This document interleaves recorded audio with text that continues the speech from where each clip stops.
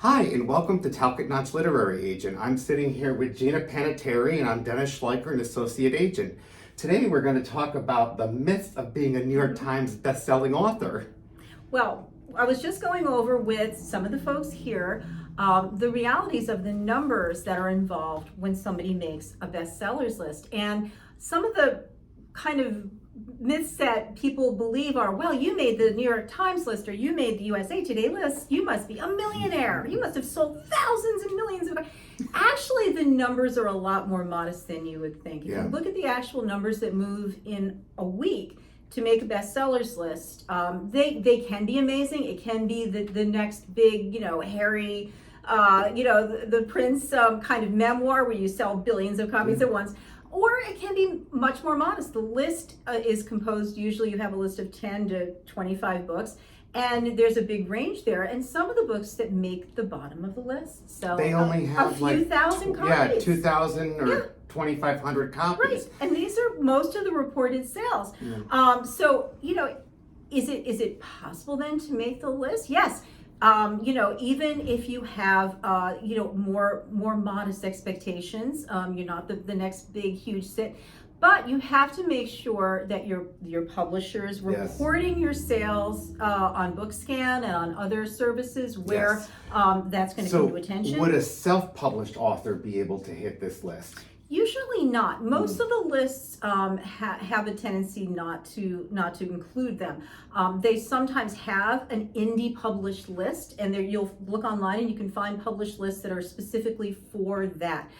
So a lot of them tend to be kind of prejudiced against it. One of the reasons why is that a lot of indie books are published at price points that simply aren't reachable by traditional publishers. So they also don't allow books that are published under a price point. Promotion often can't be included. So, well, one thing that can be included, and this is something that stuck with me, when I published my first book with you, and you were my agent, you said to me, Presell is very important. Right, absolutely. Let's explain that. Okay. It's really important that if you're an author and you're looking to make a list, and usually that's going to happen on your debut week, you have to get your orders in early. Get your friends, relatives, get the people who are following you on social media, the people that you meet with, to order your book before it's sold.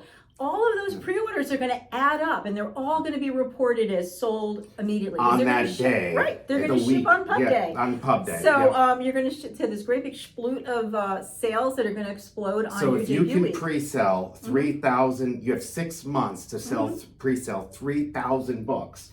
There's a big chance that you could hit it on the New York Times bestsellers list. Make pre-sales your goal, and publishers really support that. They want the pre-sales too. Those pre-orders are important to your publisher. They're as invested as you are in your books making the list and getting some attention. It doesn't mean that you're going to be a millionaire or the publisher's going to be throwing lots of money at you, because if you only sold 2,500 books, you're making 20 cents a copy, if that. So you're not necessarily going to be rolling in money.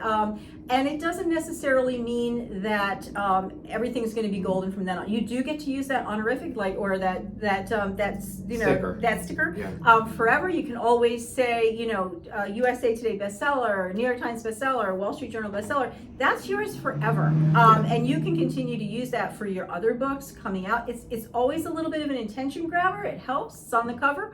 But it doesn't mean that, you're golden and, forever you're going to be wealthy. No. People aren't going to ask for your autograph in the street. No. So be realistic, but it is important. It does help your career. It does help your visibility and your recognizability. So, well, thank you for your wealth of knowledge, Gina, and tune in next time and we'll provide a wealth of information. Thanks.